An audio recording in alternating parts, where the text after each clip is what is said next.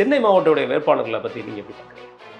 வேட்பாளர் தேர்வில் மிகப்பெரிய அளவில் கோட்டை விட்டுருக்குறாங்க. முதியோர்களுக்கு சீட்டு இல்லைன்னு சொன்னாங்க, ஆனால் துரைமுருகனுக்கு கொடுத்துருக்குறாங்க. அதிமுகலேருந்து திமுகவுக்கு மாறினதில் 40க்கு மேற்பட்டவருக்கு சீட்டு கொடுக்கப்பட்டிருக்கு. ஆமாம், எப்படி பார்க்குறீங்க? ஏற்கனவே இருக்கிற அமைச்சர்கள்ல 12 பேர் இங்கே அதிமுகவில் இருந்து யாரோ அன்னைக்கு காமெடியாக கூட சொன்னாங்க, திமுகவில் ஒரு அதிமுக அணின்னு ஒன்று இருக்கு, அதை தலைமை தாங்கிறதுக்காக தான் இப்போ பன்னீர் போயிருக்கிறாருங்கிற மாதிரி எல்லாம் ஒரு அதுவும் திமுகங்கிற மாதிரி ஆக்கிட்டாங்க. ஏறக்குறைய 72லேருந்து 200 வரை 130 கோரிக்கைகள். அதே போல் ஆசிரியர்கள், அரசு ஊழியர்கள் பிரச்சனை, தொகுப்பூதிய ஆசிரியர்கள் பிரச்சனை, சத்துணமைப்பாளர்கள் பிரச்சனை, டாஸ்மாக் ஊழியர்கள் பிரச்சனை, செவிலியர்கள் பிரச்சனை, தூய்மை பணியாளர்கள் பிரச்சனை. இப்போ நமக்கு தெரிஞ்ச ஒரு 100 கோரிக்கைகள் இருக்கு. அக்கா கனிமொழி இப்படி ஒரு கூசாம பொய் சொல்றாங்களேங்கிறது எனக்கு ஆச்சரியமாக இருக்கிறது. நான் என்ன சொல்றேன், அந்த சாப்டர் போட்டிங்கல்ல பெண்களுடைய பாதுகாப்புன்னு, அதில் 2-3 டிசைனாக போட்டிருக்கலாம். ஒன்று, கட்சிக்காரர்களிடமிருந்து பெண்களுடைய பாதுகாப்பு, கட்சிக்காரர்களிடமிருந்து பெண் குழந்தைகள் பாதுகாப்பு, அப்புறம் ஜென்ரல் பப்ளிக், இப்படி போட்டிருந்தீங்கன்னா கூட கொஞ்சம் நல்லா இருந்திருக்கும். படிப்பது ராமாயணம், இடிப்பது பெருமா கோயில்னு கேள்விப்பட்டிருக்கீங்களா? அதை செய்வது கருணாநிதி குடும்பம். கருணாநிதி எப்படி சாட்சாத்து கருணாநிதி செஞ்சாரோ அதே போல் பையனை அடுத்து பையனாவது எதையோ அறகுறையாவது செய்ய முயற்சி பண்ணுவார். வேற ஒரு செங்கல்ல காட்டி ஊரை ஏமாற்றி ஓட்டை வாங்கிட்டு எல்லாரையும் நடுத்தருவில் விட்டு நீட் ரகசியம் தெரியும். இன்னைக்கு வரைக்கும் அந்த ரகசியத்தை எடுத்து வெளில சொல்ல மாட்டேங்கிறாங்க. எடப்பாடியார் அவர்கள் வார்த்தையில் சொல்வதாக இருந்தால், பொம்மை முதல்வருடைய திராவிட முன்னேற்ற கழகத்தினுடைய இறுதி தேர்தல் இதுவாகத்தான் இருக்குங்கிற கருத்து.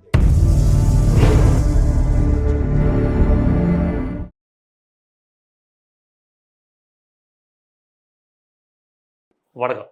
இன்றைய நம்முடைய சிறப்பு விருந்தினர் அஇஅதிமுகவுடைய செய்தி தொடர்பாளரும் வழக்கறிஞருமான திரு காசிநாத பாரதி அவர்கள். சார் வணக்கம். வணக்கம். எப்படி இருக்கீங்க? நல்லா இருக்கேன் சார். தேர்தல் காலம் நல்லா சூடு பிடிச்சிட்டு. ஓகே. ஆனால் என்னன்னா, இங்கே பார்த்தீங்கன்னா சுட்டெரிக்கும் லெவல் மாதிரி திமுக சைட்லேருந்து வேட்பாளர் லிஸ்ட்டு, குறிப்பாக நம்ம பார்ப்போம், திமுக வேட்பாளர் லிஸ்ட்டு வந்துட்டாலே ஏதோ ஒரு குடும்பத்தோட டாமினேஷன்ஸ் அதிகமாக இருக்கிறத நம்ம பார்த்துருக்கோம்.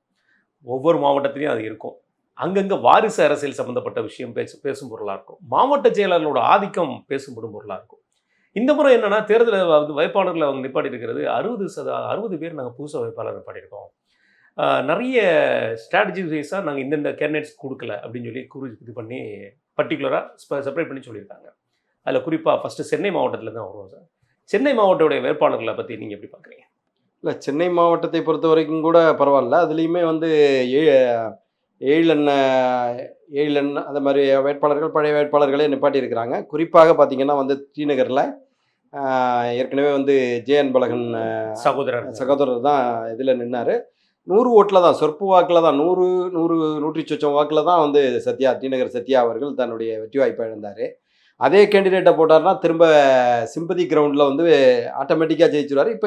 இப்போயும் திரும்பவும் டிநகர் சத்யா வெளில தான் போகிறாரு. அதனால் வந்து வேட்பாளரை மாற்றி அந்த இதில் இது பண்ணியிருக்கிறாங்க. அதே போல் வந்து காஞ்சிபுரத்தில் பார்த்திங்கன்னா வந்து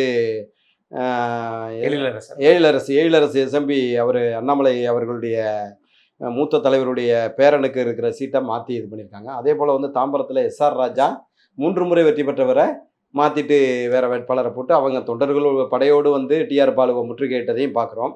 குறிப்பாகவே பெரியண்ணன் முனப்பவங்களை, அது திருச்சி சென்டர்னா வந்து கேஎன்ஆர், இங்கே டிஆர் பாலு, இப்படி ஒவ்வொரு சென்டர்லேயும் வந்து வேட்பாளர் தேர்வில் மிகப்பெரிய அளவில் கோட்டை விட்டுருக்குறாங்க. முதியோர்களுக்கு சீட்டு இல்லைன்னு சொன்னாங்க, ஆனால் துரைமுருகனுக்கு கொடுத்துருக்குறாங்க. அதே போல் சமுதாய ரீதியாக தென் மாநிலத்தினுடைய பகுதியில் பார்த்திங்கன்னா வந்து தென் மாவட்டங்களில் தேவர் சமுதாயத்திற்கு குறிப்பாக சீட்டுகள் வழங்குவதை ரொம்ப ரெஸ்ட்ரிக்ட் பண்ணியிருக்காங்க. திருநெல்வேலி தென்காசி போன்ற மாவட்டங்களில் வந்து தேவர் சமுதாயத்திற்கு சீட்டு கொடுக்காத அளவிற்கு பார்த்து கொண்டிருக்கிறார்கள். குறிப்பாக மீனவர் நலனை வந்து நாங்கள் பேணுகின்ற அரசுன்னு சொல்லி பொய்யா சொல்லிக்கிட்டு இருக்கிறாங்க. பார்த்திங்கன்னா ஒரே ஒரு மீனவர் சமுதாயத்தை சேர்ந்த ஒரு நபருக்கு கூட சீட்டு வழங்கப்படவில்லை. ஏறக்குறைய இந்த கோஸ்டல் ஜோனில் வந்து கோடிக்கணக்கான ஏறக்குறைய 1 கோடி ஓட்டு 80 லட்சம் டு 1 கோடி ஓட்டுகளை வைத்திருக்கிற அந்த சமுதாயத்திற்கு, மீனவ சமுதாயத்திற்கு உரிய பிரதிநிதித்துவம் கொடுக்காமல் ஒரு நபருக்கு கூட சீட்டு வழங்கப்படலைங்கிறது ஒரு மிகப்பெரிய பேரிடியாக இருந்து கொண்டிருக்கிறது. அதே போல் பெண்கள் வேட்பாளரை வந்து நாங்கள் அதிகமாக அறிவிப்போம்னு சொன்னாங்க. ஆனால் இங்கொன்றும் அங்கொன்றுமாக ரேரஸ்டாக தான் சீட்டு கொடுத்துருக்குறாங்க. எப்பயுமே பார்த்திங்கன்னா கேபிபி சாமிக்கு சீட்டு கொடுப்பாங்க, அவருடைய சகோதரருக்கு சீட்டு கொடுப்பாங்க, பொதுவாக கேபி சங்கருக்கு கொடுப்பாங்க. இது தொடர்ந்து நடந்துகிட்டு இருக்கிற விஷயம். அப்படி இல்லைன்னா இங்கே நாகை மாவட்டத்தில் யாருக்கோ ஒருத்தர் கொடுப்பாங்க, கௌதமனுக்கு கொடுப்பாங்கன்னு எதிர்பார்த்தாங்க, அவருக்கு கொடுக்கப்படவில்லை. மீனவர் சமுதாயம் ஒட்டுமொத்தமாக திராவிட முன்னேற்ற கழக அரசால் புறக்கணிக்கப்பட்டிருக்கிறது அப்படின்னு தான் சொல்ல முடியும். அதாவது படகோட்டி படம் ஆரம்பித்த காலத்திலிருந்து பொதுவாகவே இவர்களுக்கு மீனவர் சமுதாயம்னா ஒரு வேப்பங்காயாக தான் படும். ஏன்னா 80% வாக்குகள் எப்பயுமே அனைத்து இந்திய அண்ணா திராவிட முன்னேற்ற கழகத்தினுடைய வாக்குகள் தான். அதனாலேயும் கூட இருக்கலாம். அதே போல் தென் மாவட்டத்தில் தேவர் சமுதாய வாக்குகள் இவங்க வந்து அது டிடிவி வரமாட்டார், அதில் உடஞ்சி விழுந்துரும்னு நினச்சாங்க. டிடிவி வந்ததற்கு பிறகு அங்கே இருக்கிற கிரவுண்ட் ரியாலிட்டி வந்து மாறி அனைத்து இந்திய அண்ணா திராவிட முன்னேற்ற கழகத்திற்கு சார்பாக வந்து விட்டது. அப்படிங்கிறதுனால ஒருவேளை அவங்களுடைய குறிக்கோள் வந்து சசிகலா அவர்களும் ஐயா அவர் ராமதாஸ் அவர்களுடைய கூட்டணி வந்து பெரும்பான்மையான வாக்குகள் பிரித்து நமக்கு சாதகமாக இருக்கும், அப்போ ஏக்கு நம்ம நிப்பாட்டணும்னு நினைக்கிறாங்களா? காமெடி கூட்டணி அதில் எல்லாம் ஒன்றும் பெரிய இம்பாக்ட் 100 ஓட்டு 500 ஓட்டு வருதா நம்ம தெரியலை. அதாவது பொதுவாகவே நீங்கள் திமுகவினுடைய கலைஞர் காலத்திலிருந்து இருக்கிற அரசியலை பார்த்தீங்கன்னா, ஒரு பெரும்பான்மை சமுதாயம் வாழுகின்ற இடத்துல அந்த பெரும்பான்மை சமுதாயத்தை சேர்ந்தவர்களை வேட்பாளர் நிறுத்த மாட்டாங்க.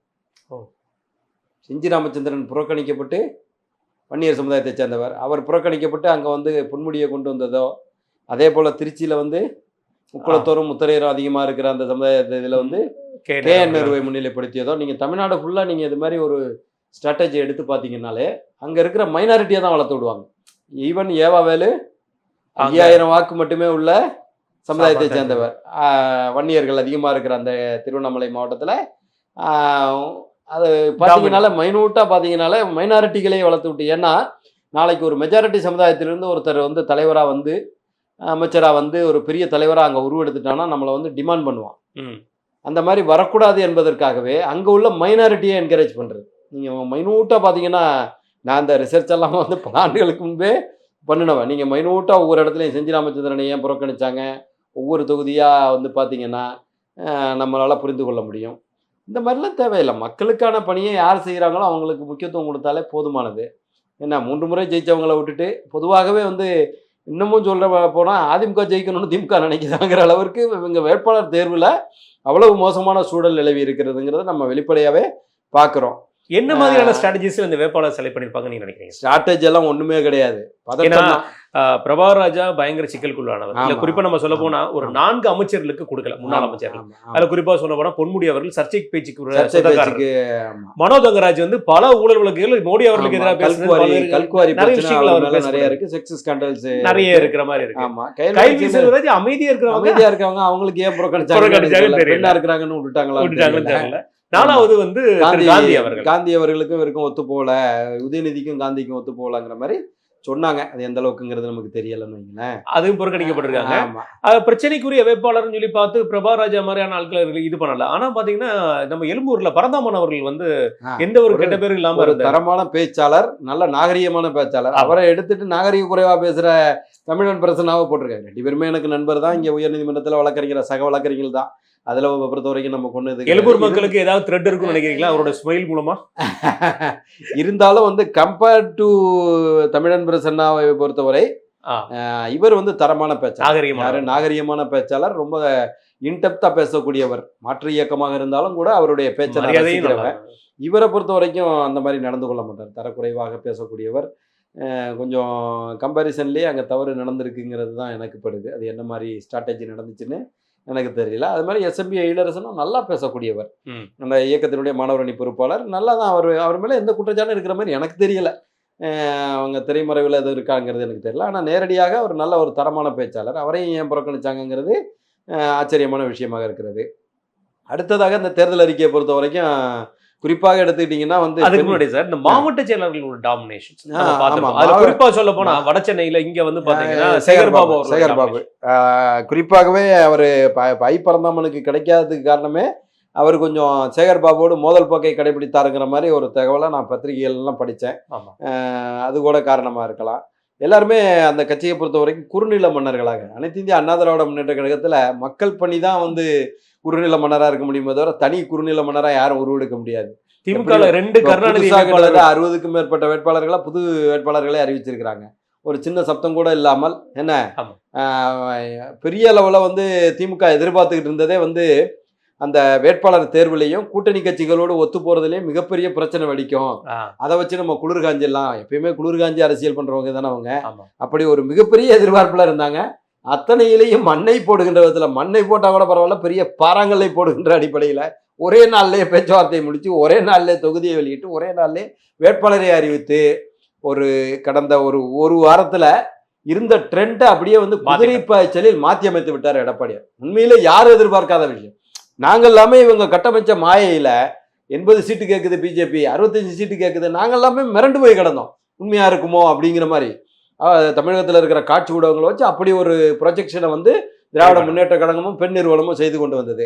ஆனால் அதை அத்தனையையும் தவிடுபடியாக்குகின்ற விதத்தில் அற்புதமான கூட்டணியை, அனைவரும் விரும்புகின்ற கூட்டணியை டிடிவி அவர்கள் வந்து 99.5% நான் வந்து திருப்தியாகி போறேன் அப்படின்னு சொல்லி, அதே மாற்றாக நாங்கள் 10 ஆண்டுகளாக கான்கிரீட் கூட்டணியில் இருந்தோம், 12 ஆண்டுகளாக கான்கிரீட் கூட்டணியில் இருந்தோம்னு சொன்ன அந்த கான்கிரீட் கூட்டணி இன்றைக்கு கலகலத்து போய் கிடக்கிறது.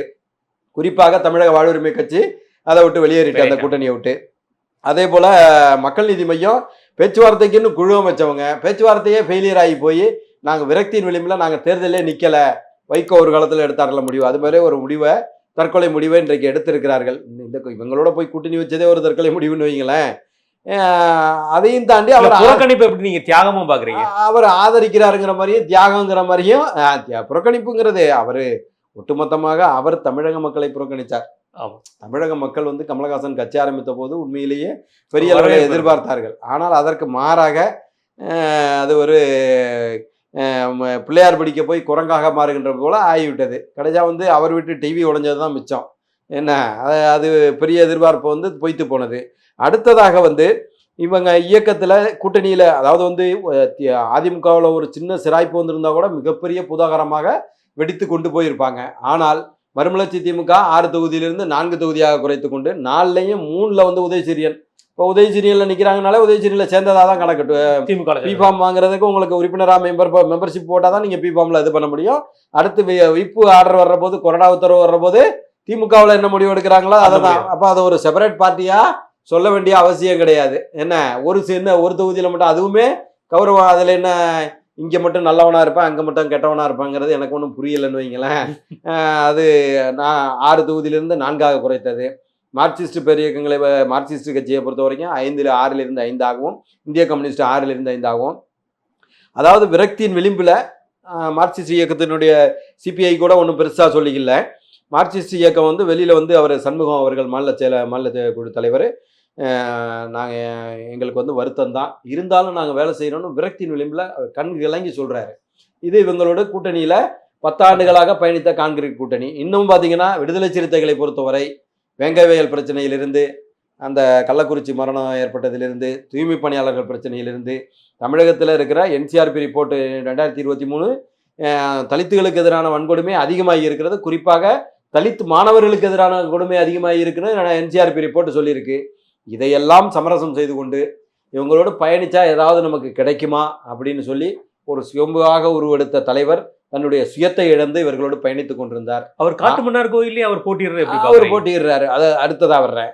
அப்படிப்பட்ட அவர்களுக்கெல்லாம் அவர்களுடைய தொகுதி கூட ஒரு 2 தொகுதி. ஆனால் நேற்றைக்கு வந்த தேசிய முற்போக்கு திராவிடர் கழகம் 0.5% வாக்கு வங்கியை மட்டுமே வைத்திருக்கிற ஒரு, எனக்கு தெரிஞ்சு எங்கள் தொகுதியிலெல்லாம் வேதாரண்யம் சட்டமன்ற தொகுதியிலெல்லாம் ஆனால் எங்களுடைய முன்னாள் அமைச்சர் ஒய்எஸ் மணியன் அவர்கள் போட்டியிருந்தார். அவருடைய வெற்றி வந்து உறுதி செய்யப்பட்டது. லீடிங்காக தான் இப்போ நாங்கள் ஃபைட் பண்ணிக்கிட்டு இருக்கிறோம். எங்கள் தொகுதியிலலாம் ஒரு 50 ஓட்டு 100 ஓட்டு தான் இருக்குங்கிறது தான். ஒவ்வொரு தொகுதியிலையும் நீங்கள் சராசரியாக பார்த்தீங்கன்னா 500 வாக்குகள் தான் வைத்திருக்கிற, 0.5% வாக்குகளை வைத்திருக்கிற தேசிய முற்போக்கு திராவிடர் கழகத்துக்கு 10 தொகுதி, ஒரு ராஜ்யசபா, இவ்வளவையும் கொடுத்து விட்டு கூட உடன் பயணித்த கான்கிரீட் கூட்டணிக்கு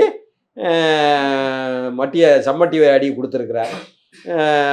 அவங்களும் வந்து ரொம்ப வருத்தத்தோடு தான் இருக்கிறார்கள். இந்த இடத்துல தான் நான் எதை சொல்ல வரேன்னா, அதிமுகவை பொறுத்தவரை எத்தனை வருஷம் வெளியில் இருந்தாங்க, ஜெல்லா உமானெல்லாம் ஒரு கொஸ்டினை கேட்பாங்க பாருங்க. இந்த கேள்வியை அங்கே மட்டும் கேட்க மாட்டாங்க. என்ன கொடுக்கல் வாங்கலுக்காகவே தமிழகத்து ஊடகங்கள் செயல்பட்டு கொண்டிருக்கின்றன. குறிப்பாக அங்கே வந்து இப்போ வந்து முதல் நாள் வரைக்கும் செயற்குழுவை கூட்டி என்ன சொன்னார், இரட்டை இலக்கத்தில் தொகுதி வாங்குவோன்னு திரும்ப சொன்னார். உண்மையிலேயே அந்த இயக்கத்தில் செயல்படுகின்ற இளைஞர்கள் இருக்கின்ற கட்சி, நல்ல ஒரு 4-5% வாக்கு வங்கிகளை வைத்திருக்கிற கட்சி,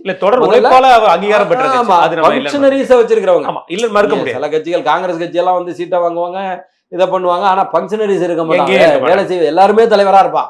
இருக்கிறவன் எல்லாருமே தொண்டர்னு ஒருத்தங்க கூட இருக்க மாட்டான், எல்லாருமே பொறுப்பாளராகவும் எல்லாருமே தலைவராக இருப்பான். ஆனால் உழைப்பாளர்களை கொண்டிருக்கிற அந்த இயக்கத்திற்கு இன்றைக்கு இவங்க சீட்டை கம்மி பண்ணி, அதை அவங்களுக்கு கம்மி பண்ணது கூட பிரச்சனை இல்லை, இவங்களுக்கு கூட கொடுத்தாங்க பாருங்க. அதுல வந்து உண்மையிலே மனமுடைந்து போய்விட்டார்கள் விடுதலை சிறுத்தையினுடைய தொண்டர்கள். இன்றைக்கு அவங்க எப்படி வேலை செய்வாங்கன்னு நீங்க நினைக்கிறீங்க?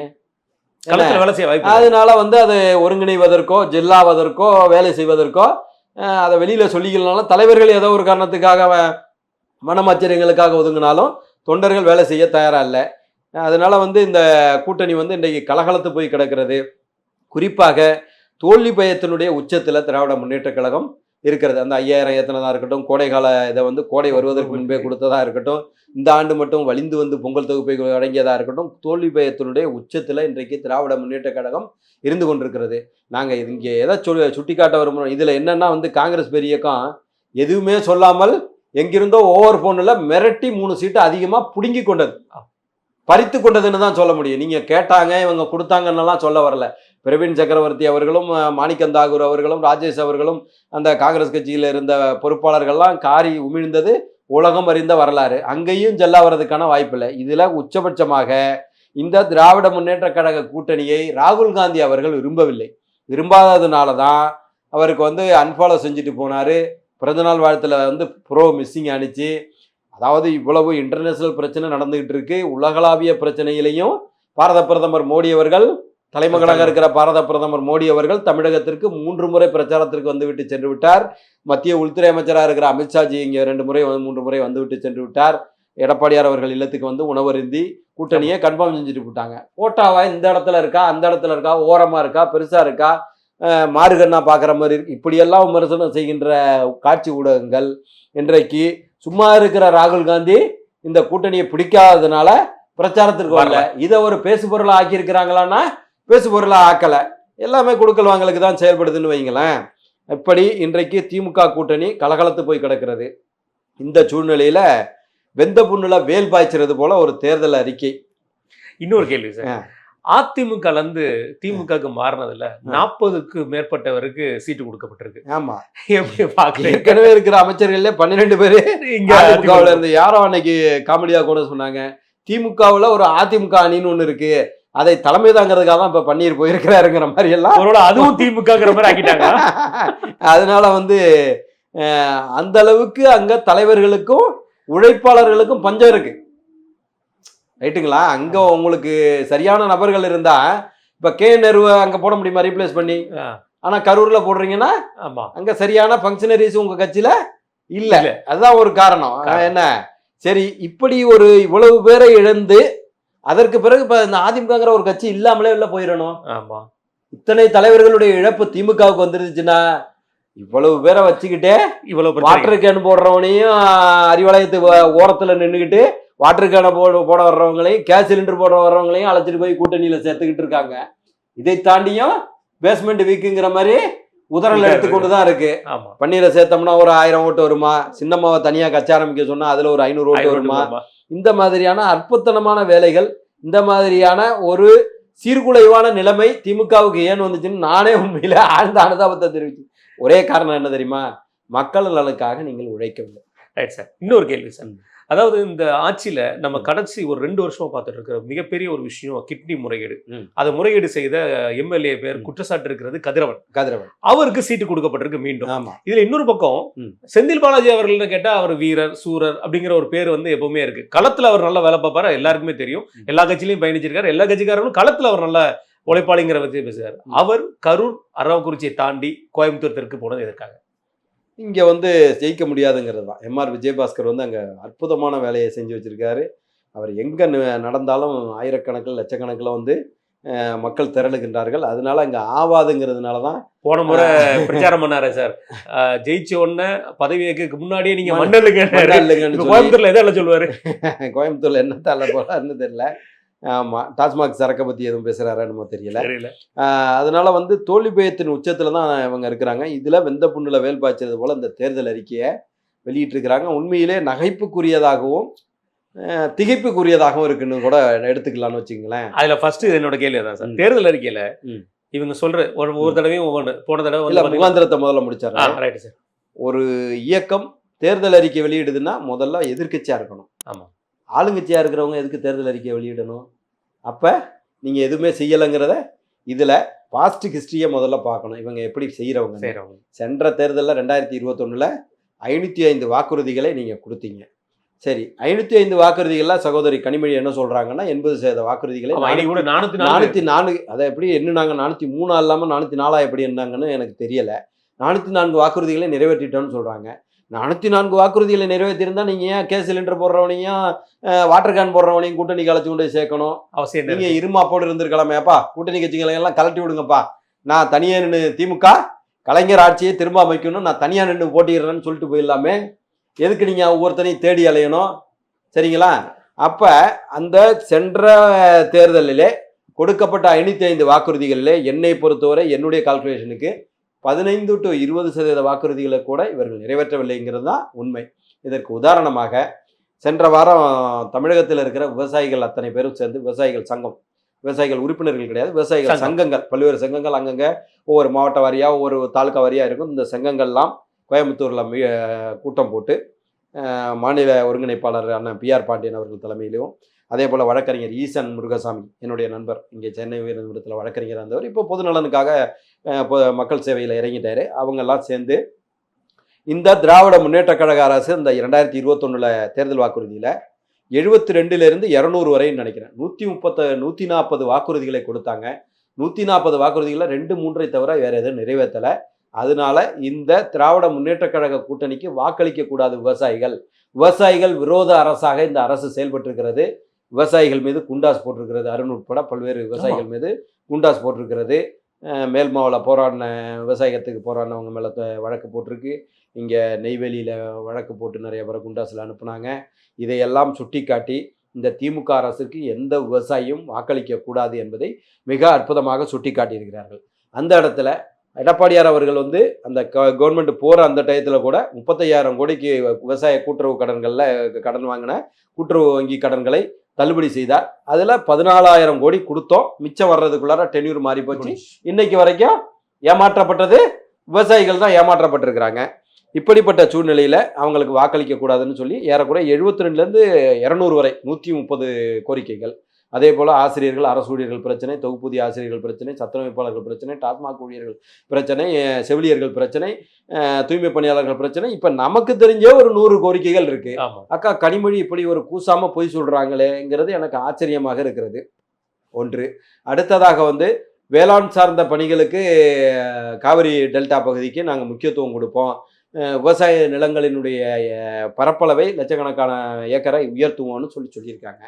சரி, உயர்த்துவோம். அது எப்படி பேப்பரில் எழுதி உயர்த்துவோன்னு சொன்னால் ஏந்திருமா? ஏற்கனவே கமிழி, கேமாவதி, ஹேரங்கி, கிருஷ்ணராஜசாகரை தவிர அத்தனை அணைகளும் கட்டப்பட்டது உங்கள் தந்தையார் கருணாநிதி அவர்கள் காலத்தில் தான் கட்டப்பட்டது. வாய்மூடி மௌனியாக இருந்து தமிழ்நாட்டு மக்களுக்கு, குறிப்பாக டெல்டா மாவட்டத்தை நம்பி இருக்கிற 10க்கும் மேற்பட்ட மாவட்ட விவசாயிகளுக்கு துரோகம் செய்தவர் கருணாநிதி. காவிரி பிரச்சனை, கச்சத்தீவு பிரச்சனை, ஒட்டுமொத்த தமிழகத்தினுடைய வாழ்வாதார பிரச்சனைக்கும் கருணாநிதி தான் காரணம். சரி, நடந்துச்சு, ரைட்டு. இப்போ மேகதாது அணைக்கு 6,000 கோடி ரூபா ஒதுக்கி டீட்டெயில் ப்ராஜெக்ட் ரிப்போர்ட்டு ரெடி பண்ணிட்டாங்க. விரிவான திட்ட அறிக்கையை ரெடி பண்ணி யார்? உங்களுடைய இந்தியா கூட்டணியில், இந்து கூட்டணியில் இருக்கிற கர்நாடகா காங்கிரஸ் தான் இன்னைக்கு உருவாக்கி இருக்கு. TK சிவகுமார் தான் ஒரு சொட்டு தண்ணீரை தரமாட்டோன்னு சொல்கிறாரு. இதே கர்நாடகத்தை சேர்ந்த HD தேவகவுடா அவர்களை பிரதமராக இவர் மூப்பனார் வந்துவிடக்கூடாதுங்கிற பதட்டத்தில் கர்நாடகாவை சேர்ந்த தேவகவுடாவை பிரதமராக அறிவித்ததால் தான் காவிரி பிரச்சனையில இன்னைக்கு வரைக்கும் நம்ம செட்பேக்ல இருக்கோம். அடுத்த முதல் செட்பேக்குங்கிறது 1924 வந்த ஒப்பந்தத்தை 50 ஆண்டுகள் புதுப்பிக்க வேண்டியதை 1974 புதுப்பிக்காம விட்டதும் உங்க தந்தையார் முத்துவேல் கருணாநிதி தான். இதுல வேற நீட்டமான பேர் வேற. மொத்த துரோகத்தையும் பண்ணிவிட்டு இப்பயும் அந்த கர்நாடகத்தை சேர்ந்த அந்த அரசுகிட்ட போய் தேர்தல் வர்ற வரைக்கும் அண்ணன் கொஞ்ச நாளைக்கு ஒத்தி வைங்கன்னு, நான் ஜெயிக்கணும்னு கூட உங்களால சொல்ல முடியல. ஆனால் வேளாண்மையை உயர்த்துவோன்னா எப்படி உயர்த்துவீங்க? அந்த மீத்தேன் எடுப்பதற்கு கையெழுத்து போட்டிங்களா? அப்படியா? ஹைட்ரோ கார்பன் எடுப்பதற்கு கையெழுத்து போட்டிங்களா? அப்படியா? அப்போ நீங்கள் பேசுவது ஒன்று, படிப்பது ராமாயணம், இடிப்பது பெருமா கோயில்னு கேள்விப்பட்டிருக்கீங்களா? அதை செய்வது கருணாநிதி குடும்பம். கருணாநிதி எப்படி சாட்சாத்து கருணாநிதி செஞ்சாரோ அதே போல் பையனை அடுத்து பையனாவது எதையோ அறகுறையாவது செய்ய முயற்சி பண்ணுவார். பேரை ஒரு செங்கல்ல காட்டி ஊரை ஏமாற்றி ஓட்டை வாங்கிட்டு எல்லாரையும் நடுத்தருவில் விட்டு நீட் ரகசியம் தெரியும். இன்னைக்கு வரைக்கும் அந்த ரகசியத்தை எடுத்து வெளில சொல்ல மாட்டேங்கிறாங்க. அதை அந்த ரகசியத்தை நேரடியாக சொன்னா வருத்தமா போடுன்னு தேசிய மருத்துவ படிப்பு சார்ந்த அனைத்து அதாவது அதை அந்த சொற்சிலம்பம்னு சொல்லுவாங்களே, சொற்சிலம்பம் ஆடி இருக்கிறாங்க. அனைத்து தேசிய தேர்வுகளை ரத்து செய்வதற்காக வலியுறுத்துவோம். என்ன ரத்து கிடையாது, வலியுறுத்துவோம். எங்க வலியுறுத்துவீங்க? அப்ப அந்த ரகசியம் இல்லைங்கிறது, ரகசியங்கிறது ஓட்டு வாங்குறதுக்காக தமிழ்நாட்டு மாணவர்களை நீங்கள் ஏமாற்றியது, அதனாலதான் அனிதா உட்பட இன்னைக்கு வரைக்கும் 25-30 பேர் தற்கொலை செய்து கொண்டு இறந்து போனார்கள் என்று சொன்னால் ஒரு செங்கல்ல காட்டி ஏமாத்திய உதயநிதி தான் காரணங்கிறத ஒத்துக்கிறாங்க. அவங்களுடைய தேர்தல் அறிக்கையிலேயே ஒத்துக்கிறாங்க. குறிப்பாக இன்னும் அற்புதமான திட்டத்தை எல்லாம் அந்த வேதனையை வெந்த புண்ணுல வேல் பாய்ச்சது போலவே தொடர்ந்து 505 நீங்க ஒண்ணுமே நிறைவேற்றல, அது வேற விஷயம். இப்போ வந்து பெண்களுடைய பாதுகாப்பை பத்தி பேசியிருக்கிறாங்க. அதை ஏன் தனி சாப்டர் போட்டு சொல்றீங்க? ஏற்கனவே நான் என்ன சொல்றேன், அந்த சாப்டர் போட்டிங்கல்ல பெண்களுடைய பாதுகாப்புன்னு, அதுல 2-3 டிசைனா போட்டிருக்கலாம். ஒண்ணு, கட்சிக்காரர்களிடமிருந்து பெண்களுடைய பாதுகாப்பு, கட்சிக்காரர்களிடமிருந்து பெண் குழந்தைகள் பாதுகாப்பு, அப்புறம் ஜெனரல் பப்ளிக், இப்படி போட்டிருந்தீங்கன்னா கூட கொஞ்சம் நல்லா இருந்திருக்கும். ஏங்க நீங்க வந்து நடத்துற உங்க கட்சிக்காரனை முதல்ல நான் கேட்குறேன், எங்கேயாவது 2.5 வயது குழந்தைய இதில் வந்து ஓசூரில் 2.5 வயது குழந்தையை கற்பழித்து கொலை செய்திருக்கிறான் யாரு? உங்கள் கட்சியினுடைய இளைஞரணி பொறுப்பாளர். ஒன்று. ரெண்டாவது, உங்கள் கட்சிக்காரன் தான் அண்ணா யூனிவர்சிட்டி ஞானசேகரன். யார் அந்த சார்? என்ன அந்த சார் யாருன்னு கண்டுபிடிச்சிட போகிறாங்களோங்கிற பதட்டத்தில் சிட்டி கமிஷனர் அருணே வந்து பேட்டி கொடுக்குறாரு. அவர் தகவலாளி வேலையை பார்க்குறார். சிட்டி கமிஷனருடைய வேலை அதுவா? சூப்பர்வைசிங் பண்ணுறது தானேங்க உங்கள் வேலை. அப்போயே அவங்களுடைய பதட்டமே அடுத்து என்றைக்குமே தப்பு செய்யாத கம்ப்யூட்டரு ஞானசேகரன் வழக்க பார்த்ததும் யார் அந்த சார்னு பார்த்ததும் அதுவாகவே டவுன்லோட் ஆகி வெளில வந்துருச்சு. கேட்டால் கம்ப்யூட்டர் எரரு, டைப்போகிராபிக்கல் எரர்னு சொல்கிறாங்க. அது எப்படியா உங்கள் கேஸுக்கு மட்டும் அது எரர் பண்ணும்? பில்கேட்ஸுக்கு உருவாக்கின அந்த கம்ப்யூட்டரு சாஃப்ட்வேரு எப்படி உங்களுக்கு மட்டும், அதுவும் யார் அந்த சார்னு கேட்குறப்ப மட்டும் தப்பு பண்ணும்? என்ன அதில் என்னன்னா, ஒருத்தன் பையன் எடுத்துக்கிட்டு திருட போகிற போது அந்த வாட்டிலேயே அவனை பிடிச்சிடுறது கிடையாது. அதுக்கு முன்னே 100 திருட்டை பண்ணியிருப்பான். அதுபோல் அண்ணா யூனிவர்சிட்டி ஞானசேகரன் வழக்கில் இதுக்கு முன்னே இதே மோடஸ் ஆப்பரண்டியில் 20 வழக்கம் 30 வழக்கம் இருந்திருக்கணும். அது வெளியில் வந்துட போகுதுங்கிறதுக்காகத்தான் இந்த டவுன்லோட் ஆகி வெளில வந்தது. அந்த வழக்கு வெளியில் வந்ததுக்கான அடிப்படை காரணமும் அதுதான். சிட்டி கமிஷனர் வந்து பேட்டி கொடுத்ததுக்கும் காரணம் அதுதான். அவர் போய் இவரோட மாசு அவர்களோடு நெக்ஸஸில் இருந்தது. நெக்ஸஸ்லன்னா எங்கேயோ ஒரு விசேடத்தில் போட்டோ எடுக்கிறதுங்கிறது இன்னைக்கு சாத்தியக்கூறு அதிகம். ஆனால் அவர் வீட்டுக்கே சென்று உணவு இருந்துகிறவர்களுக்கு, அவன் ஒரு கிறிஸ்டிஷீட்டட் ரவுடி, போக்கிரி சரித்திர பதிவேட்டில் உள்ளவன், அவன் வீட்டுக்கு மாசு போய் உணவு இருந்துகின்ற அளவிற்குன்னா இவர் அந்த யார் அந்த சாருங்கிறதுலே நமக்கு சந்தேகம் வருது. அது பெரிய சாரா சின்ன சாரா நடுசாராங்கிற அளவிற்கு நமக்கு சந்தேகம் வருகின்ற அளவிற்கு. அடுத்ததாக பார்த்தீங்கன்னா வந்து இந்த அண்ணாநகர் 10 வயது குழந்தை பாலியல் வழக்கில் கம்ப்ளைண்ட் கொடுக்க போன அவங்க பெற்றோரை தாக்குறாங்கன்னா அப்போ அந்த இடத்துல தப்பை செஞ்சவன் யாரு? உங்கள் கட்சிக்காரன். கிருகம்பாக்கத்தில் அக்கா கனிமொழி அவர்கள் கலந்து கொண்ட கூட்டத்தில் பெண் காவலர் மேலே அபியூஸ் பண்ணி உங்களுடைய இளைஞரணி பொறுப்பாளர்கள். அதில் இன்னும் உச்சபட்ச கொடுமை என்னன்னா, அந்த வழக்கை அந்த காவலர் வாபஸ் வாங்கிட்டாங்க தெரியுமா? அப்போ உங்கள் கட்சிக்காரன் தான் அந்த தப்பை பண்ணியிருக்கிறான். எந்த அளவுக்கு உங்களுடைய இன்ஃப்ளூயன்ஸு காவல்துறை வரைக்கும் நீளுகிறதுங்கிறத எங்களால் புரிந்து கொள்ள முடிகிறது.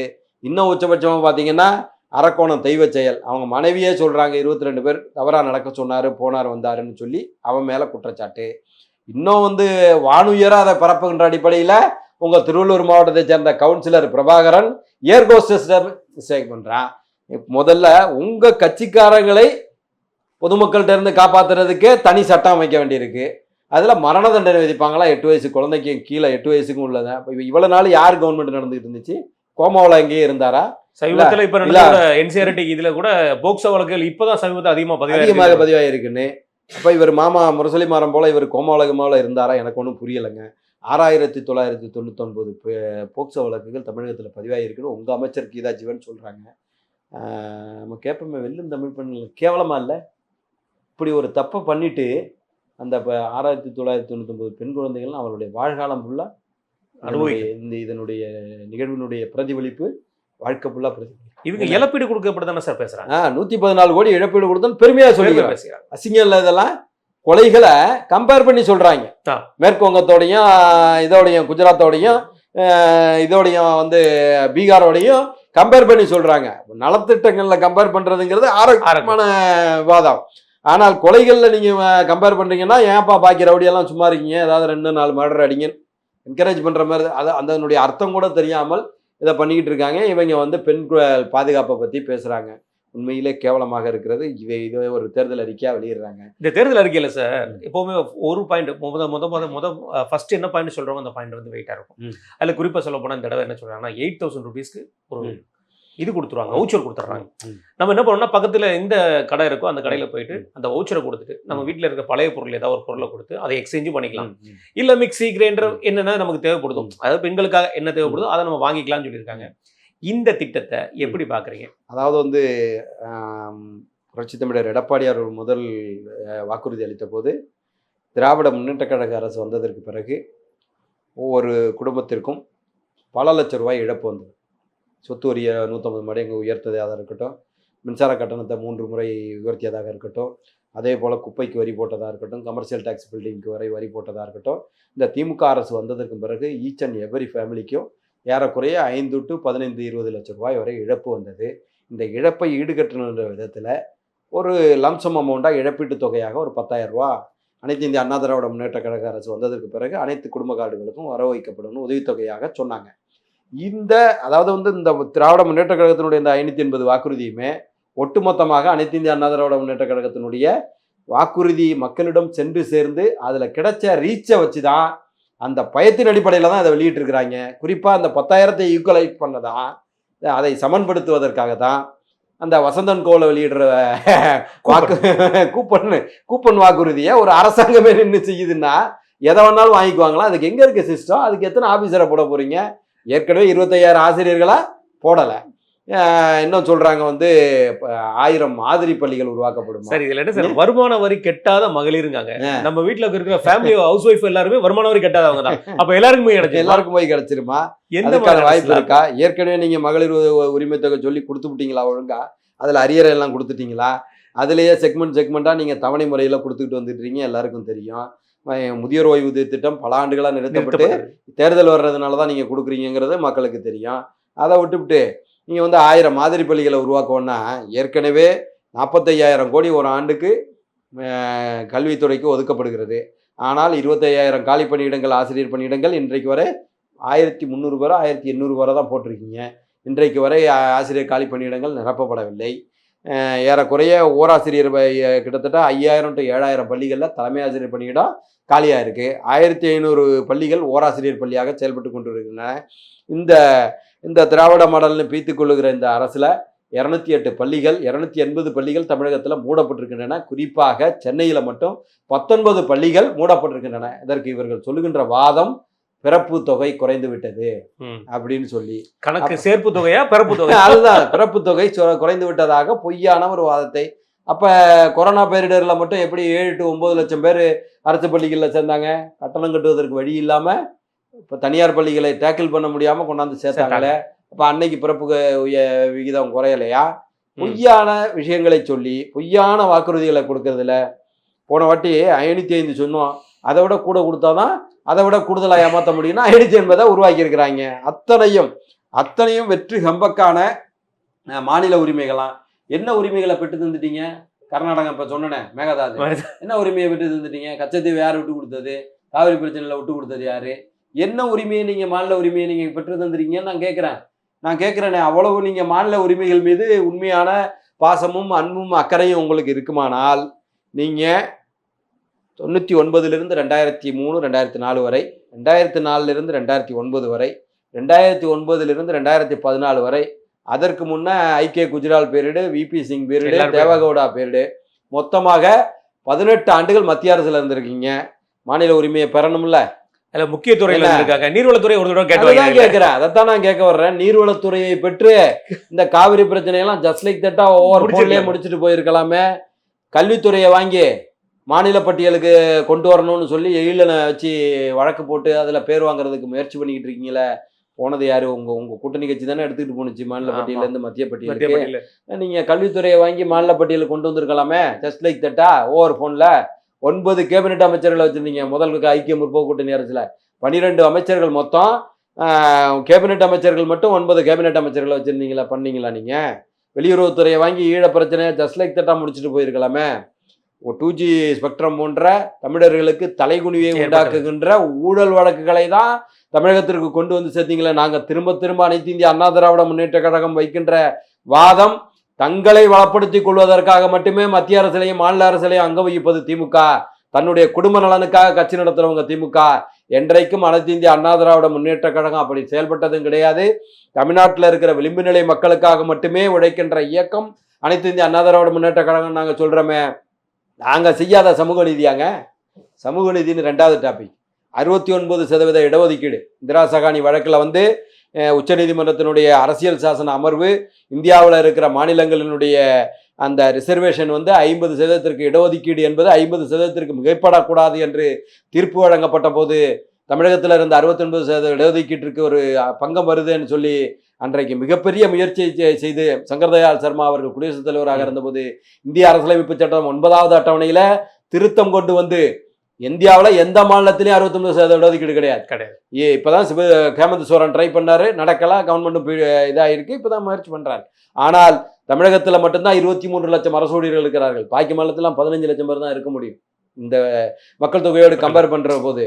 அப்படி 10 லட்சம் அரசு ஊழியர்கள் அதிகமாக இருக்கிறார்கள் என்று சொன்னால் அதற்கான சட்ட அங்கீகாரத்தையும் சட்ட பாதுகாப்பையும் உருவாக்கி கொடுத்தது அனைத்து இந்திய அண்ணா திராவிட முன்னேற்ற கழகம், புரட்சி தலைவி அம்மா அவர்கள். சரி, சமூக நீதியில் நான் அடுத்த பாயிண்டையும் சொல்றேன். 30% இருந்த இடஒதுக்கீடை 50% மாற்றியவர் புரட்சி தலைவர் எம்ஜிஆர். 50% இருந்த இடஒதுக்கீடை 69% மாற்றியவரும் புரட்சி தலைவர் எம்ஜிஆர். அதை விடையா சமூக நீதியை நீங்க வந்து கொண்டு வந்துட்டீங்க? நான் கேட்கிறேன், என்ன சமூக நீதியை நீங்க கொண்டு வர முயற்சி செய்யறீங்க? என்ன சமூக நீதி இருக்கு? எதுலயுமே இல்ல. எதுலயுமே இல்ல. எப்ப சொல்றேன், வேட்பாளர்களே இல்ல. நான் அதை தான் சொன்னேன். பெரும்பான்மை சமுதாயம் இருக்கிற இடத்துல மைனாரிட்டியை தூக்கி விட்டு பெரும்பான்மை சமுதாயத்துக்கு ஆப்பு வைக்கிறது. இந்த கலெக்டர் லாங்குவேஜ்ல சொல்லுவாங்க பாருங்க, அவர்களுக்கு பேரிடியாக இயங்குவது. கலை மற்றும் பண்பாடா? என்ன கலை பண்பாடு எனக்கு தெரியல. நிறைய படம் ப்ரொடியூஸ் பண்ணுவாங்களா? ஆமா, படம் ப்ரொடியூஸ் பண்ணுவாங்க போல இருக்கு. யாரு படம் எடுத்தாலும் இவங்க குடும்பத்தை தாண்டி இன்பா கூட படம் எடுக்கிறாப்புலன்னு ஒரு தகவல் இருந்துச்சு. இன்பநிதி எங்க அவர் கோயம்பேட்டில் முட்டை தூக்கி சம்பாரிச்சாரான்னு எனக்கு தெரியல. ஏன்னா ஒட்டுமொத்தமாக தமிழ்நாட்டை ஆட்டையை போட்ட காசு இப்போ உங்கள்ட்ட கலை மற்றும் பண்பாடாக வந்துட்டு இருக்காக்கும். இந்த இதில் டாஸ்மாக் நிறுவனத்தில் ரைடு நடந்தபோது விசாகன் ஐஏஎஸ் தப்பிச்சு ஓடினார் பாருங்க. அதில் 3 பேர் காணாமல் போனாங்க தமிழ்நாட்டில். ரித்தீஷு, ஆகாஷ் பாஸ்கரன், விக்ரம் ஜூஜுன்னு 3 பேர் காணாமல் போனாங்க. அதில் அந்த ஆகாஷ் பாஸ்கரன் தான் பராசக்தின்னு படம் எடுத்தார். அந்த இதை தான் கலை பண்பாடுன்னு சொல்கிறாங்களான்னு எனக்கு தெரியல. மக்கள்கிட்ட ஆட்டையை போட்ட காசில் ஏவிஎம் நிறுவனமே படம் எடுக்கிறத நிறுத்திடுச்சு. லைக்கா நிறுவனமே யோசிச்சுக்கிட்டு இருக்கு. ஆனால் ஆகாஷ் பாஸ்கரன் 6 படம் எடுக்கிறாரு, 7 படம் எடுக்கிறாரு. இன்பநிதி வந்து இப்போ 1000 கோடியில் ஏதோ ஒரு படம் ஒன்று எடுக்கிறாருன்னு, ரஜினியையும் கமலையும் வச்சு ஒரு படம் எடுக்க போறாருன்னு. அதனால தான் அவங்க சரண்டர் ஆகி அவங்களுக்கு விளம்பரம் கொடுத்துக்கிட்டு இருக்கிறாங்க. அப்போ கலை பண்பாடெல்லாம் எங்க தமிழ்நாட்டு மக்களை ஆட்டையை போடுவதுன்ற பாசில் பண்ற அந்த கலை பண்பாட்டை பற்றி சொல்றாங்க போல இருக்கு. தமிழ் வளர்ச்சிக்கு இவங்க என்ன பண்ணியிருக்கிறாங்க? தமிழ்நாட்டில் தமிழ் பண்டிட்டுன்னு ஒரு கோர்ஸ் இருந்துச்சு, உங்களுக்கு தெரியும். 4 ஆண்டுகள் 4.5 ஆண்டுகள் நடக்கின்ற தமிழ் புலவர்கள்னு சொல்லி அந்த கோர்ஸை கேன்சல் பண்ணவர் கருணாநிதி. எங்கேயா தமிழுக்கான ஒரே யூனிவர்சிட்டி ஒரே ஒன்று இருக்கு, அதுவே இவங்க ஆரம்பிக்கல. தஞ்சை தமிழ் பல்கலைக்கழகத்தை உருவாக்கியது புரட்சி தலைவர். உலக தமிழ் மாநாடுகளை அத்தனை மாநாடுகளும், முதல் மாநாடு பேரறிஞர் பெருந்தகை அண்ணா, அடுத்த மாநாடை நடத்தினவர் புரட்சி தலைவர் எம்ஜிஆர், அடுத்த மாநாடை நடத்தினவங்க புரட்சி தலைவர் அம்மா. எங்கேயாவது நீங்க நடத்த முடிஞ்சுதா என்ன? அதாவது மேலே ஹெலிகாப்டர் ஆங்கிள் அந்த இதில் பைனாகுலர் விஷனில் பார்த்தீங்கன்னா தமிழ் என்று தெரிவது போல தஞ்சை தமிழ் பல்கலைக்கழகத்தை 650 ஏக்கர்ல அற்புதமாக வடிவமைத்து தந்தவர் யாருன்னா புரட்சி தலைவர் எம்ஜிஆர். உங்களுக்கு ஒரு ரைட்டை நீங்கள் எடுத்துக்கொள்ள முடியாதுங்க. அயலக தமிழர்கள் நலனா? அயலக தமிழர்கள் தான் 1.5 லட்சம் பேரை கொண்டு குவிச்சாச்சே. அப்புறம் என்ன இருக்குது? வேளாண்மை இதுதான் இப்போ நான் சொன்ன ஈசன் அவர்களும் பிஆர் பாண்டியன் அவர்களும் வந்து எக்காரணம் கொண்டும் விவசாயிகளுடைய விரோதியாகிய திமுகவுக்கு வாக்களிச்சிடாதீங்க, திமுக கூட்டணிக்கு வாக்களிச்சிடாதீங்கன்னு. நீர் மேலாண்மை என்னங்க? நீர் மேலாண்மை 22,000 ஏரிகளை தூர்வாரி குடிமராமத்து திட்டத்தை கொண்டு வந்த குடிமராமத்து நாயகன் எடப்பாடியார். எங்க இருக்கு உங்க நீர் மேலாண்மை? எனக்கு ஆச்சரியமா இருக்கு. ஒரு சொட்டு தண்ணி கூட வராதுங்கிற போது அப்புறம் என்ன மேலாண்மை இருக்கு? தண்ணியே இல்லைன்னா பாலைவனமானதுக்கு பிறகு என்ன மேலாண்மை இருக்க போகிறது? குழந்தைகள் பாதுகாப்பு 1999 போக்சோ வழக்கு, இளைஞர் நலன், அந்த என்னது இதுல கோசூர்ல 2.5 வயது குழந்தைக்கு, இதுதான் இளைஞர் நலனா? இளைஞர்கள் முதல்ல இளைஞர் நலனை நீங்க இது பண்ணணும்னா முதல்ல வந்து அவர்களுடைய கிட்னியை பாதுகாப்பா வச்சுக்கணும். என்ன கிட்னிய போதைப் பொருள். ஆமா, இளைஞர் நலன்னா போதைப் பொருள் மெத்தப்பட்டமைன்னு ஒண்ணு முதல்ல உலக வரலாற்றுல அறிமுகப்படுத்தினது, தமிழ்நாட்டுக்கு அறிமுகப்படுத்தினது உங்க கட்சியை சேர்ந்த அயலக பிரிவினுடைய மாவட்ட செயலாளர் இருந்த ஜாபர் சாதிக்கு. ஆமா, அது அயலக பிரிவு, அயலக போதைப் பொருள் கடத்தல் பிரிவுன்னு ஒன்று உருவாக்கியிருந்தீங்கன்னா இன்னும் எக்ஸாக்டாக இருந்திருக்கும். அப்புறம் என்ன இளைஞர் நலனு? ஒட்டுமொத்தமாக இன்றைக்கு கஞ்சா சாக்லேட்டுகளை பள்ளிக்கு மாணவர்கள் எடுத்து வருகின்ற அளவிற்கு தமிழ்நாட்டு மக்களுடைய முதலமைச்சர் சொல்றாருங்க, 1 லட்சம் கஞ்சா சாக்லேட்டுகள் திருவள்ளூர் மாவட்டத்தில் மட்டும் பிடிச்சோன்னு சொல்லி ஒப்புதல் வாக்குமூலம் கொடுக்குறாரு. எங்க இளைஞர் நலனை நீங்க பேணிக்கிட்டு இருக்கீங்க? சபாநாயகர் எங்கேயுமே கஞ்சபட்ச போதையில செப்டோ ஊழியரை தாக்குறான், அயல் மாநிலத்திலிருந்து வந்திருக்கிற தொழிலாளரை வந்து வெட்டுறான். இவனுடைய ரீல்ஸ் மோகத்திற்கு எல்லாம் போதையினுடைய உச்சத்துல தான் 8 வயசு குழந்தையிலிருந்து 80 வயது மூதாட்டி வரை இன்றைக்கு வந்து சுயேட்சையாக நடமாட முடியாத சூழலை உருவாக்கி வைத்திருப்பது இவங்க சொல்ற பொய்யான திராவிட மாடல் அரசு. இளைஞர் நலனா? என்ன இளைஞர் நலன்? முதியோர் நலன் ஓஏபியை நிப்பாட்டிவிட்டு என்ன முதியோர் நலனு? மாற்றுத்திறனாளிகள் நலன் சென்ற ஓரிரு வாரத்துக்கு முன்ன போராடினாங்க. அவங்களை அழைச்சு கொண்டு போய் செங்கல்பட்டுலையும் உடல் உபாதைகள் கூட கழிக்க விடாம வண்டியிலே வச்சுக்கிட்டு சுத்தினதா இருக்கட்டும், கொண்டு போய் காஞ்சிபுரத்தில் இறக்கி விட்டு போனதா இருக்கட்டும், எங்கேயாவது அவர்களுடைய அவர்களை உடல் ஊனமுற்றவர்கள்னு அவங்களுக்கு ஈவிரக்கம் கொண்டு இந்த அரசு செயல்பட்டுச்சா? குறிப்பாக சொல்ல வேண்டும் என்று சொன்னால் அந்த கண் பார்க்க முடியாத பிரெய்லி வகுப்புகள் இருக்குது தெரியுமா, ஊனமுற்றவர்களுக்கான பள்ளிகள் தமிழகத்தில் 198 அப்பாயின்மெண்ட் போட வேண்டியது, மொத்தமே 32 பேர் தான் இருக்காங்க. அப்போ அவங்க எப்படி படிப்பாங்க பிரெய்லி முறையில்? அதை யாருடைய துறை தெரியுமா? முதலமைச்சர் அவர்களுடைய துறை. உங்களுடைய நேரடி கண்ட்ரோலில் உள்ள துறையே இன்றைக்கு வந்து அவலட்சணமாக கடந்து கொண்டிருக்கிறது. மாற்றுத்திறனாளிகள் நலன் நல்லா அவங்களுக்கு நலன் இவங்களுக்கு நலன் நல்லா எழுதி கொண்டு வாங்க, மக்கள் ஏமாந்துருவாங்க. அப்படி சொல்ல உருவாக்கப்பட்டதாக தெரிகிறது. திருநங்கையர் நலனா? எத்தனை லட்சம் பேர் திருநங்கையர்கள் இருக்காங்க? ஒன்றும் கிடையாது, சில ஆயிரங்கள் 56,000 பேர் இருக்காங்க. இதெல்லாம் அதாவது எல்லா தரப்பையும் ஒட்டுமொத்தமாக எல்லாரையும் இன்டராக்ட் பண்றாங்களாம். ஏற்கனவே இன்டராக்ட் பண்ண 505 வாக்குறுதியே தெருவில் நிற்குது. அப்புறம் என்ன திரும்ப பிற்படுத்தப்பட்டவர் நலன், ஆதி திராவிடர் மற்றும் பழங்குடியினர் தான் என்சிஆர்பி ரிப்போர்ட் சொன்னேன். 2023 ரிப்போர்ட் வந்து தாழ்த்தப்பட்டவர்களுக்கு எதிரான இது அதிகமாயிருக்கு, வன்கொடுமைகள் அதிகமாகிருக்கின்றன சொல்லுது. குறிப்பாக பள்ளி மாணவர்களிடம் வன்கொடுமைகள் அதிகமாக ஊடுருவி இருக்கிறதுன்னு சொல்ல வந்துட்டாங்க. இன்னமும் குறிப்பா சொன்னீங்கன்னா ஆதி திராவிடர் நலன் பழங்குடியினர் நலன்ல வேங்கவே இல்லை. கம்ப்ளைண்ட் கொடுத்தவங்களையே குற்றவாளிகளாக மாற்றியது திமுக அரசு. அங்க கள்ளச்சாராயம் குடிச்சு செத்து போனாங்களே, யார் அவங்க? பழங்குடியினர் ஒடுக்கப்பட்ட சமுதாயத்தை சேர்ந்தவங்களா? இங்க தூய்மை பணியாளர்களை அடிச்சு ஏத்துனீங்களே, 20-30 நாட்கள் அவங்க உணவு உண்ணாம அவங்களுடைய நியாயமான கோரிக்கைக்கு போராடினாங்களே, கூலி படம் அடிச்சு ஏத்துனீங்களே. நீங்க கூலி படத்தை பார்த்துட்டு வந்து கூலி படம் நல்லா இருக்குன்னு சொன்னீங்களே, கூலி கட்டு போராடினோன்னா ஒரு பக்கம் அடிச்சு ஏத்துவீங்க. அன்னைக்கே கூலி படத்தை பார்த்துட்டு வந்துட்டு அப்ப எவ்வளவு நகைப்புக்குரியதாக ஒடுக்கப்பட்ட சமுதாய மக்களை நீங்கள் கையாளுகிறீர்கள். அப்புறம் என்ன? அப்புறம் ஆதி திராவிடர் நலனு? இன்னமும் சொல்ல போனா 1000 ரூபாய் உரிமை தொகைக்கு SC/ST கமிஷன் வந்து இவங்களுக்கு நோட்டீஸ் கொடுத்துருக்கு. தாழ்த்தப்பட்ட மாணவர்களுக்கான ஃபண்டில் நீங்கள் ஆயிரக்கணக்கான கோடியை மாற்றி மடைமாற்றம் செஞ்சிருக்கீங்கன்னு சொல்லி SC/ST கமிஷன் நோட்டீஸ் கொடுத்துருக்கு. பிற்படுத்தப்பட்டவர் மிகவும் பிற்படுத்தப்பட்டவர் சிறுமரவினர் நலனா? பிற்படுத்தப்பட்டவருக்கு என்னத்தை சாதிச்சிட்டீங்கன்னு நாங்கள் தான் கேட்டுக்கிட்டு இருக்கோம், தொடர்ந்து கேட்டுக்கிட்டு இருக்கோம். அனைத்து சாதனைகளும் செய்யப்பட்டது புரட்சி தலைவி அம்மா அவர்கள் ஆட்சியில். சிறுபான்மையினர் நலனா? நீங்கள் 2021 வாக்குறுதியில், தேர்தல் வாக்குறுதியில், அந்த 505 பொய் வாக்குறுதியில் நீங்கள் சொன்னீங்க பல ஆண்டுகளாக சிறையில் வாடுகின்ற இஸ்லாமிய சிறை கைதிகளுக்கு நாங்கள் வந்து விடுதலை கொடுப்போம்னு சொன்னீங்க, பண்ணீங்களா? இன்னைக்கு அவங்க இஸ்லாமிய இவங்கெல்லாம் வந்து இன்னைக்கும் ஏமாத்திட்டாங்க, எங்களை வந்து வாக்கு வங்கியாக மட்டும் மேம்படுத்துறாங்கன்னு சொல்லி உங்களை சொல்லிக்கிட்டு இருக்காங்க. அதெல்லாம் ஏமாற யாரும் தயாரா இல்லை.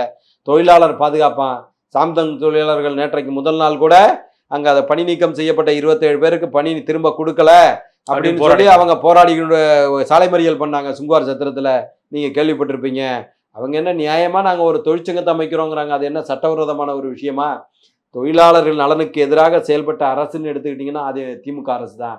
கிட்டத்தட்ட 8 மணி நேர வேலையை பல ஆண்டுகளாக 500 ஆண்டுகள் போராட்டத்திற்கு கிடைத்த வெற்றியாகிய 8 மணி நேர வேலையை 12 மணி நேர வேலையாக மாற்றி தன்னுடைய மகன் தன்னுடைய மருமகன் சபரீசனுடைய நிறுவனங்களுக்காகவோ எதுக்காகவோ ஏதோ ஒன்றுக்காக ஏதோ ஒரு பின்புலனுக்காக அவங்க சொல்லி அப்புறம் மிகப்பெரிய போராட்டம் வெடித்ததுக்கு பிறகுதான் அதை நிப்பாட்டினாங்க. அரசு அலுவலர்கள் ஆசிரியர்கள் நலனா? அவங்க போராடினதை நம்ம பொங்கலுக்கு கூட வீட்டுக்கு போகாம அவங்க போராடினதை சம வேலைக்கு சம ஊதியம் கேட்ட ஆசிரியர்களாக இருக்கட்டும், அந்த அவங்க 20,000 பேர் தொழிற்கல்வி ஆசிரியர்கள் 16,000 பேர் பணி சொல்லி நடு ரோட்டில் இன்னமும் பார்த்தீங்கன்னா அவங்க குழந்தை குட்டியோட வந்து போராடினாங்க. குழந்தைங்க முன்னாலேயே தந்தையாரை கைது செஞ்சு அடித்ததாக இருக்கட்டும், இன்னும் ஆசிரியர் ஒரு பெண் ஆசிரியர்களை வந்து ஆண் காவலர்களை கொண்டு அபியூஸ் பண்ணதாக இருக்கட்டும், அந்த ஒரு ஆசிரியர் கையை கிழிச்சு ரத்தம் ஊற்றுறேன். இப்போ ஏன் அவ்வளோ ஒரு கொடுங்கோல் ஆட்சியை இங்கே நடத்திட்டு இன்னமும் ஓட்டு போட்டுருவாங்கன்னு நீங்கள் நம்புறீங்க பாருங்க. நீங்கள் வாட்டர் கேன் போடுறவன தான் தேடி ஆகணும், வேறு வழியே கிடையாது. கண்டிப்பாக அதைத்தான் நாங்கள் சொல்ல வர்றோம். அப்படி பார்த்தீங்கன்னா வணிகர் நலன், என்ன வணிகர் நலன் நீங்கள் செஞ்சிட்டீங்க? காவல்துறையினுடைய கைகள் கட்டப்பட்டிருக்கின்றன. அப்படி அடுத்தடுத்து நீங்கள் பார்த்தீங்கன்னா பத்திரிகையாளர் நலன், அதை எழுத வேண்டியதான். ஏன்னா இல்லாத ஒன்றை மாயை கட்டமைச்சுக்கிட்டு வர்றீங்கல்ல. இல்ல சார், கடைசி அவங்க பத்திரிகையாளர் தாக்கினதே அவங்க தானே. அவங்க ஆனால் அவருக்கு சீட்டு கொடுக்கலங்க. சீட்டு கொடுக்கல. எனக்கு ஆச்சரியமா இருக்கு. அதுக்கு கேனரோட டாமினேஷன் தான் காரணம். இது கிடையாது, கேனரோட டாமினேஷன் தான் காரணம். மக்கள் நலன் காரணம் கிடையாது.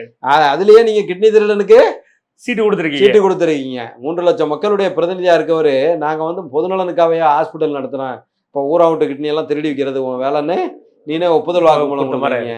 அதுவும் இன்னும் வந்து இது என்னன்னா வந்து அந்த நாமக்கல் மாவட்டத்தில் குமாரபாளையம் தாலுக்காவில் 1000 கிட்னிகள் திருடப்பட்டிருக்கின்றன.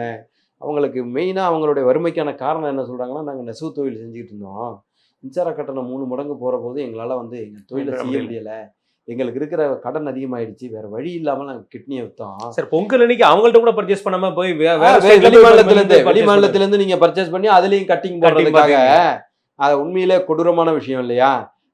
அதை வந்து ஆய்வு செய்ய போன வினித் ஐஏஎஸ் சொல்கிறாரு, அந்த அந்த அந்த மக்கள் 1000 கிட்னியை இழந்தவங்க அதை பண்ணது யார் தெரியுமா? திராவிட ஆனந்த், இவங்க கட்சியினுடைய பேர். அப்போ அனைத்து பிரிவுலையும் போதைப் பொருளை கடத்துறதுக்குன்னா ஒரு பிரிவு, பெண் குழந்தைகளை கற்பழிக்கிறதுக்குன்னா ஒரு பிரிவு. எங்கேயாவது நீங்கள் ஒரு நியாயமாக மக்கள் நலன் சார்ந்து பேசுகிறீங்களா? அதிமுகவிலேருந்து பொள்ளாச்சி எடுத்தா பொள்ளாச்சியில் அதிமுக காரங்களே கிடையாது. என்ன அதை தவிர வேறு ஏதாவது உங்களால் சொல்ல முடியுமா? அந்த 1000 பேர்களுடைய அந்த வினித் ஐஏஎஸ் ரிப்போர்ட்டில் சொல்கிறாங்க, எங்களுடைய வறுமையை போக்குறதுக்கு தான் 4 லட்சம் தரேன்னு அழைச்சிட்டு போனாங்க, 1 லட்சம் தான் கொடுத்துருக்குறாங்க, பாக்கி 3 லட்சத்தை வாங்கிக்கணும். எங்கள் கிட்னியை பற்றியெல்லாம் அவங்க வருத்தப்படல, எனக்கு பாக்கி 3 லட்சம் வந்தால் எங்களுடைய வறுமை போயிடும்னு. தமிழகத்தில் இருக்கிற மக்களை எவ்வளவு ஒரு வறிய நிலையில் இந்த அரசு வைத்திருக்கிறது. இதையெல்லாம் தட்டி கேட்க வேண்டிய திருமாவோ கம்யூனிஸ்ட் தோழர்களோ இவங்கெல்லாம் வந்து வாய் புத்தி மௌனமாக ஏதோ ஒரு கொடுக்கல் வாங்கலுக்காக எல்லாத்தையும் விட்டு கொடுத்துட்டு, இவ்வளவு முட்டு கொடுத்ததுக்கு பிறகு இப்போ சீட்டையும் விட்டு கொடுத்துட்டு எதுக்காக தேர் ரன்னிங் செப்பரேட் பொலிட்டிக்கல் பார்ட்டின்னு எங்களுக்கு டவுட் வருது. கண்டிப்பாக நீங்கள் இறுதியாக என்னோட கேள்வி சார், அதாவது சார் இது வரைக்கும் நம்ம சீரியஸாக நிறைய விஷயங்களை பேசணும். இது கண்டிப்பாக உங்களுக்கு ஒரு நகைப்பு வந்துடும், அதை வந்து மக்களும் அதை நகைப்பை பார்ப்பாங்க.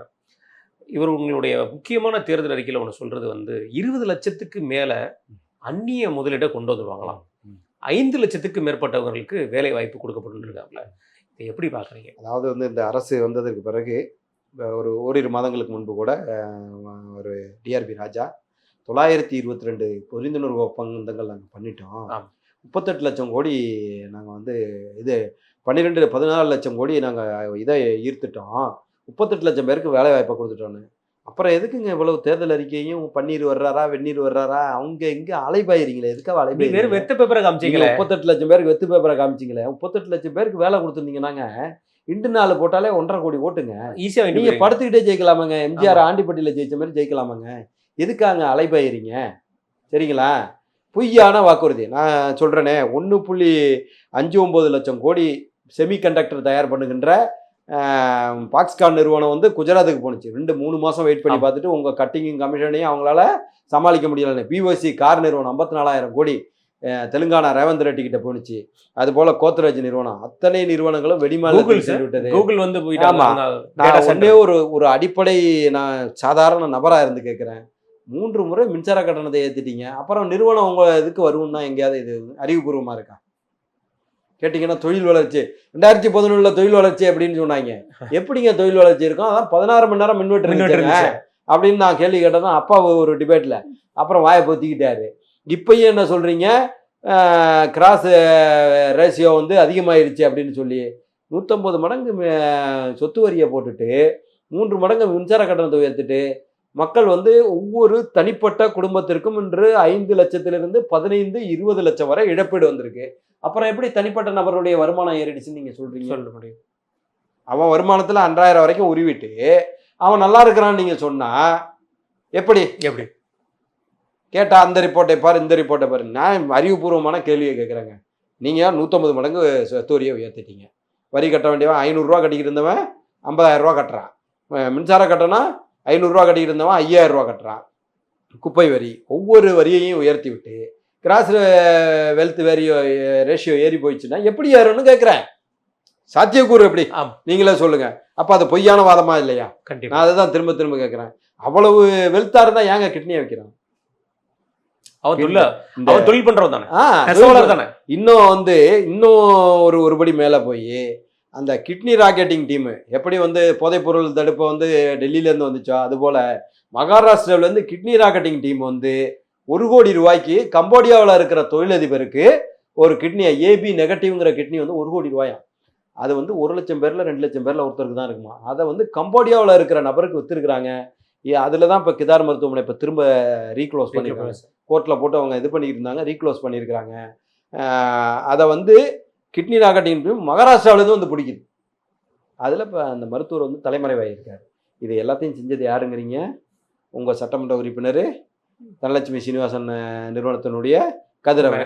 அவருடைய சமூக சேவையை நீங்கள் பாராட்டி சிலேகிதம் செய்கின்ற விதத்தில் திரும்பவும் அவருக்கு சீட்டை கொடுத்துருக்கீங்க. எப்பா நீ 1000 கிட்னி தான் திருடி இருக்கிற, அடுத்த முறை ஜெயித்து வந்து ஒரு 5000 கிட்னியாவது ஆட்டையை போடணும் அப்படின்னு. எனக்கு உண்மையிலே புரியலைங்க. இங்கே வந்து கவர்மெண்ட் மக்கள் நல அரசு தான் செயல்படுதா?